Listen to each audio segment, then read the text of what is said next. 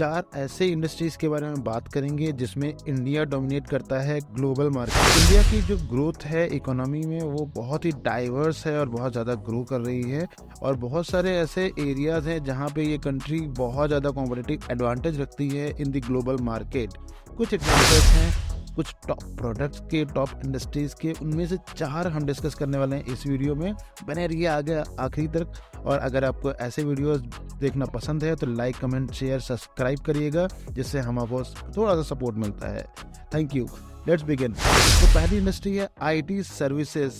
IT के बारे में हर कोई जानता है कि इंडिया से ज़्यादा बेहतर सर्विसेज कोई भी नहीं दे सकता। मोस्टली क्या होता है कि वेस्ट की जितनी भी कंट्रीज़ है वो सारी वेस्टर्न कंट्रीज़ एशियन कंट्रीज़ को प्रेफर करती हैं when it comes to IT support and services. But जब क्वालिटी वर्क की बात आती है तो एशिया में भी इंडिया स्पेसिफिकली सबसे ज़्यादा क्वालिटी सर्विसेज देता है। इंडिया का जो आईटी सेक्टर है बहुत ज़्यादा वेल डेवलप्ड है, और बहुत सारी कंपनीज़ हैं आउटसोर्सिंग में, सॉफ्टवेयर डेवलपमेंट में और आईटी सर्विसेज में, जिनकी वजह से इंडिया का जो स्किल्ड वर्कफोर्स है वो भी बहुत ज़्यादा हाई रहता है, और रिलेटिवली लेबर कॉस्ट भी बहुत कम आती है।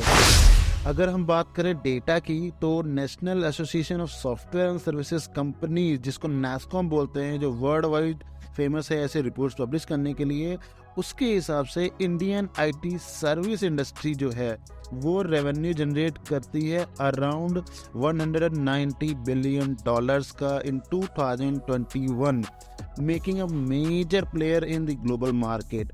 इंडिया टॉप डेस्टिनेशन है फॉर आईटी आउटसोर्सिंग का भी, जहाँ पे 70% ऑफ द ग्लोबल मार्केट का आईटी इंडिया से जाता है। ये बहुत ज़्यादा प्राउड फैक्ट है, और इंडिया बाकी सारी कंट्रीज़ को डोमिनेट करती है ग्लोबल सप्लाई चेन में या ग्लोबल मार्केट में।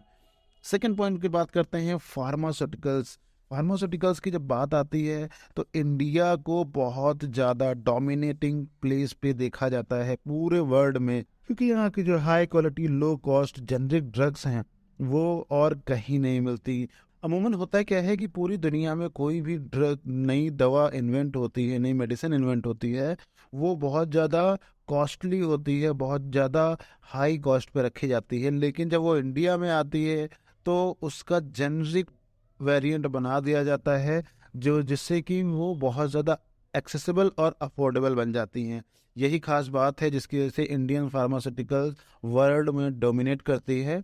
इसका मेजर जो शेयर है वो एक्सपोर्ट में है। जी हाँ, वो सिर्फ इंडिया में ही फार्मास्यूटिकल्स की दवाएं नहीं बेचते, हम पूरे ग्लोब को सप्लाई करते हैं और बहुत बड़ा ग्लोबल मार्केट का शेयर भी रखते हैं। इंडिया को जाना जाता है एक्सपर्टीज में in the production of generic drugs and has a competitive advantage in this area due to its lower labor cost and regulatory environment. एक डेटा के अनुसार अगर बात करें इंडियन फार्मास्यूटिकल अलायंस की, तो इंडियन फार्मास्यूटिकल इंडस्ट्री ने जनरेट करा था revenue of around $40 billion just in 2021, and the country exports of pharmaceutical products total around 19 billion in 2022। तो आप देख सकते हो कितना ह्यूज जंप आया है। 2020 में 19 बिलियन और 21 में जस्ट डबल हो गया, और आने वाले टाइम पे ये ग्रोथ बहुत ज़्यादा हाई जाने वाली है। थर्ड पॉइंट की बात करते हैं, वो है एग्रीकल्चर। जी हाँ, यहाँ की एग्रीकल्चर के बारे में पूरी दुनिया जानती है। यहाँ की जो एग्रीकल्चर है वो पूरे वर्ल्ड में कहीं नहीं, क्योंकि सबसे ज़्यादा डाइवर्स एनवायरनमेंट इंडिया में है, सबसे ज़्यादा मौसम इंडिया में है, और सबसे ज़्यादा उपजाऊ ज़मीन इंडिया में है। इंडिया एक मेजर प्रोड्यूसर है और wide range of agriculture products, जिसमें कि चावल, गेहूं, चीनी और कॉटन शामिल है।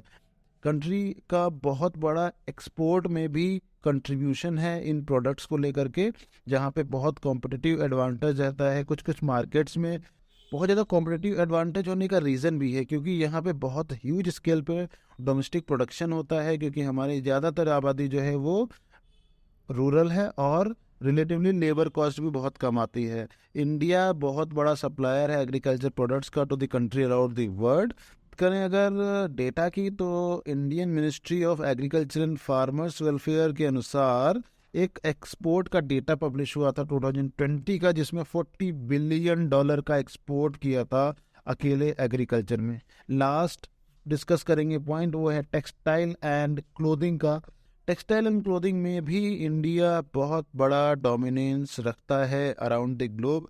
ये वो फील्ड है जहाँ पे बहुत बहुत टाइम से हम डोमिनेट करते आए हैं, चाहे वो एशियन टाइम हो जब नील की खेती होती थी, हर टाइम पे यहाँ पे textile one of the best in the world था। और आज भी इंडिया डोमिनेट ही करता है, अपने कॉम्पिटिटिव एडवांटेज रखता है इस सेक्टर में, क्योंकि यहाँ पे बहुत लार्ज स्केल पे डोमेस्टिक मार्केट है और रिलेटिवली लो लेबर कॉस्ट है।